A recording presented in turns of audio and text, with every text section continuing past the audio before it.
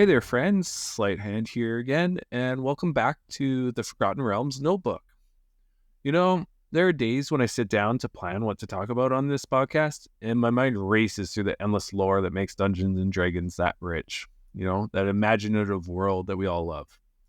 Today, though, I couldn't resist diving into a topic that's been lingering in the back of my mind for ages. It's one of those hidden gems, a figure in the Forgotten Realms that's not exactly front and center like Mistra or Vecna, but when you dig into the lore, you find this incredible, layered, complex character with a story that's both chilling and deeply philosophical.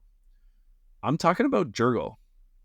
Now, if you've played D&D for a while or even just dabbled in the lore, you might have heard his name whispered here and there, and usually in connection with death, decay, or the inevitability of the grave. But I have a feeling not many of us pause to ask, who was Jergal? Really? What made him tick? Why did he give up being a greater deity to become this ancient, shadowy figure in the background of the Pantheon? I mean, come on.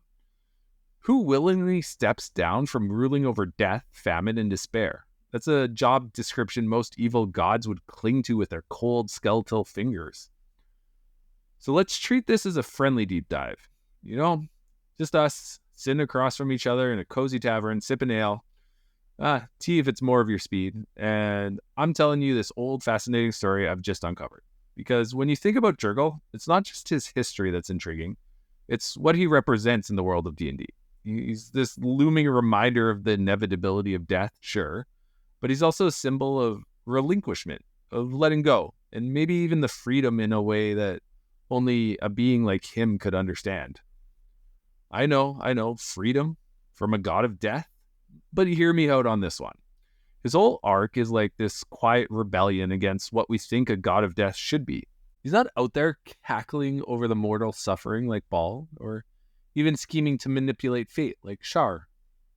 Instead, he's this almost serene figure, detached, but not apathetic, just above it all. And honestly, that's what makes him so unsettling. Okay, so here's the plan. I'm going to walk you through Jergal's story, his origins, his rise to power, his reign, and why he decided to let go. We'll talk about how he fits into the Forgotten Realms, how other gods and mortals see him, and how you can bring him into your own D&D games as a storyteller or a player. By the end of this, I think you'll see Jergal in a new light. Maybe you'll even feel inspired to explore him further, either as a DM creating a campaign or just as someone who loves the lore as much as I do. But before we dive into all of that, let me ask you this.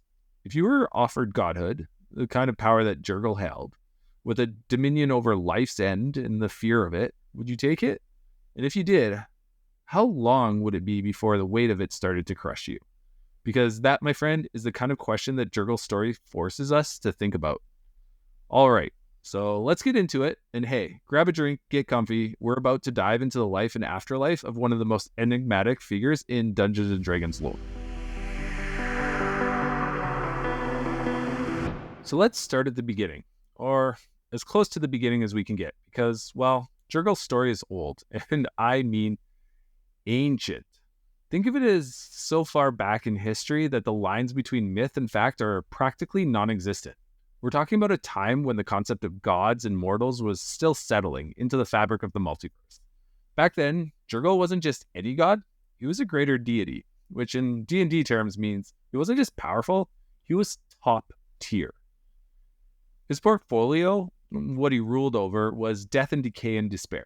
Yeah, not exactly the happiest trio, but let's be real. Someone has to fill those roles in a world as dynamic and as dark as the Forgotten Realms. And Jergal wasn't just good at his job, he was the embodiment of these forces. If you died, your soul eventually came to him, like it or not.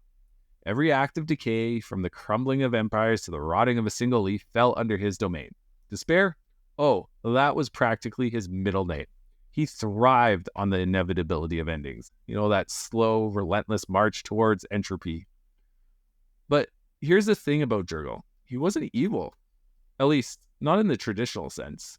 Sure, his domains were dark, but he didn't revel in destruction the way Baal or Cyric might. Jergal was cold, detached, and almost clinical in his duties. He wasn't out to cause suffering for the sake of it. He was more like the ultimate accountant of the universe, tallying up the endings and making sure everything that was supposed to come to a close did. It's kind of chilling when you think about it.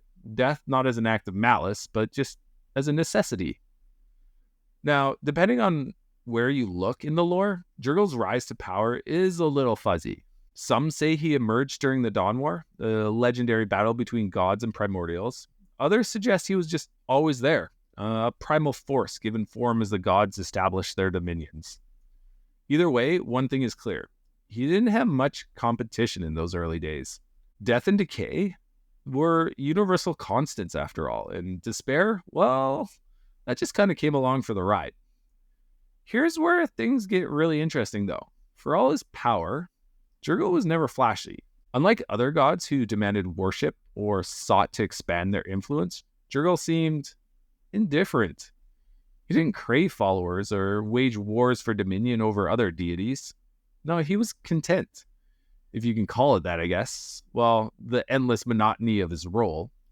He didn't need mortals to praise him to grow stronger. His power came from the fundamental truths of existence.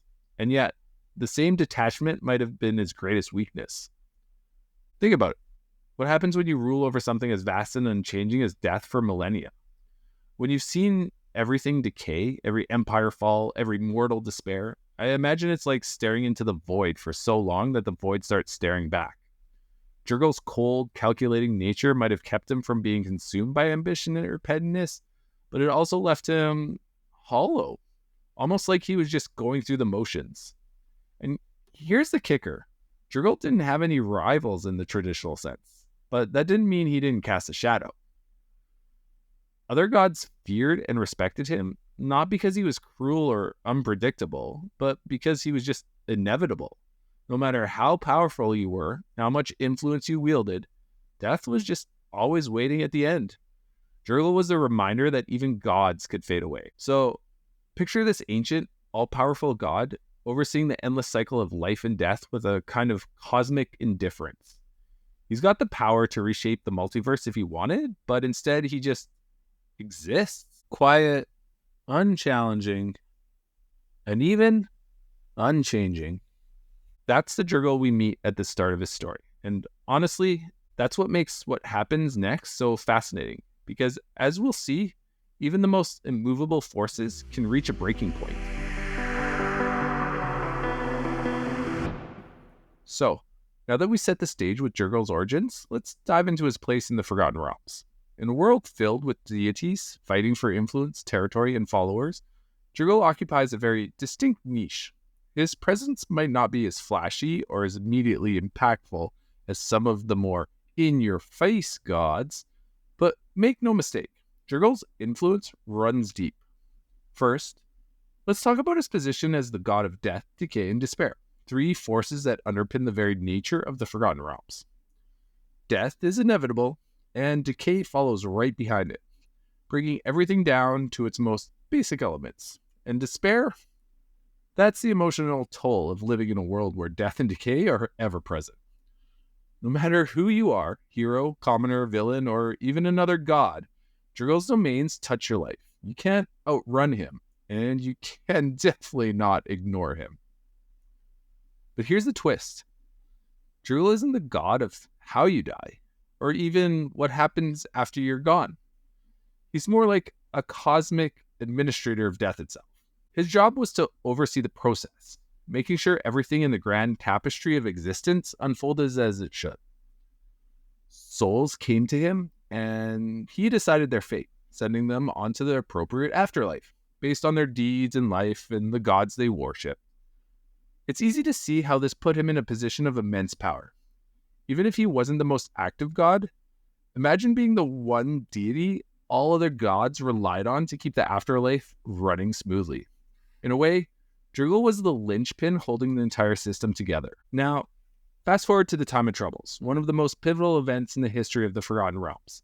This was a chaotic period when the gods were forced to walk the mortal world in physical form, stripped of much of their power. During this time, death and the afterlife became even more crucial as divine conflicts raged and the lives were lost on an unprecedented scale. Although Jergal had already stepped back from the spotlight by then, his influence still loomed large. His successors, Bane, Baal, and Myrkul, found themselves wielding the fragments of his once great power. Let's pause here for a moment, though, because there's something unique about Jergal's role compared to other gods of death in D&D lore. In most settings, gods of death tend to be terrifying, vengeful, and outright malicious. Take Myrkul from Greyhawk, for example. He's a straight-up villain. But Jergal? He's different. He's neutral, detached, and in many ways, the least threatening of all death deities. He doesn't manipulate mortals or play games with their lives. Instead, he represents the inevitability of death as a cosmic truth. This neutrality is also what sets him apart from his successors.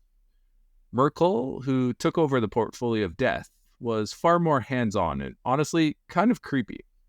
He actively sought to spread fear of death, embracing his role as a figure to be dreaded.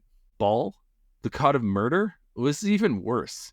His domain was all about violent, premature death, completely lacking Jergal's impartiality. And then there's Bane, who inherited the domain of strife, using it as a tool to fuel his own ambitions. But Jergal? He didn't cling to power. In fact, one of the most fascinating aspects of his role in the Forgotten Realms is that he chose to relinquish it. And we'll dive into details of that choice in a moment, but for now, let's just appreciate how rare that is among gods. Most deities fight tooth and nail to expand their influence, but Jergal was willing to step back. Why? Well, it goes back to the sense of detachment we talked about earlier. For him, power wasn't an end in itself, it was just part of the job. Of course, Jergal didn't disappear entirely after handing over his portfolio. He became a seneschal of the Fuge plane, essentially serving as an advisor to Kelemvor, the current god of death. Think of him as the shadowy figure in the background, still pulling strings and keeping things running smoothly, even though he no longer is the face of death.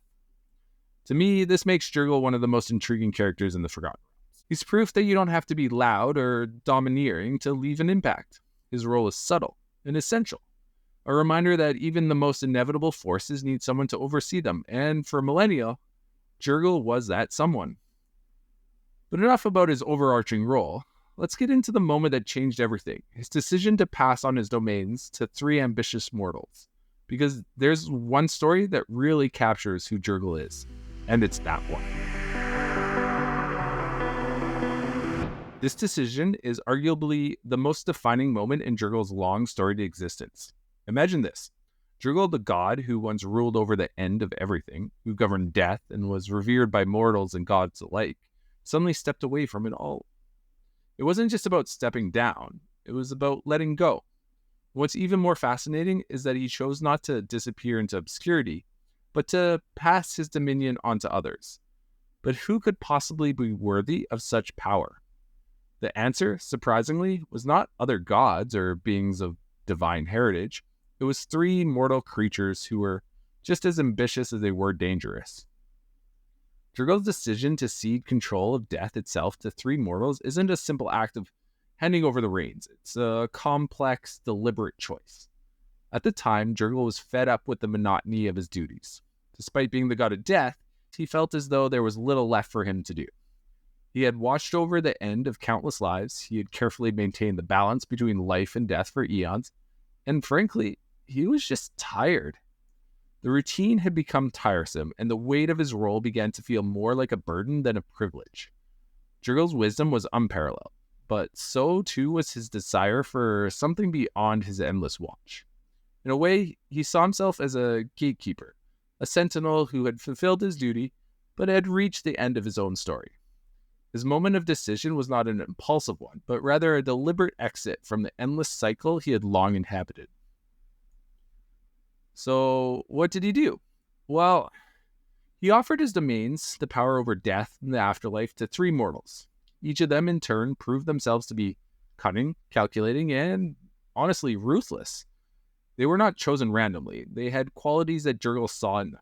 Perhaps a twisted sense of ambition or a thirst for power that mirrored his own once upon a time. These three mortals would not simply hold dominion over death. They would embody it, each one carrying a distinct piece of the divine mantle that Jergal had once worn. Now, let's break these three individuals down. because the tale doesn't just hinge on Jergal's decision, it also hinges on these mortals' rise to power. First, there was Bane, the god of tyranny and fear, who saw the potential to seize control of Jergal's powers to further his own goals of domination. Then Myrkul, who would become the Lord of Bones, craved the control over death and the dead as a means to ensuring his own immortality. And finally, Baal, the god of murder, who believed that death could be governed by sheer bloodlust and violence. Now, why did Jergal choose them? Well, it's not as if he believed these mortals would be kinder or more benevolent rulers.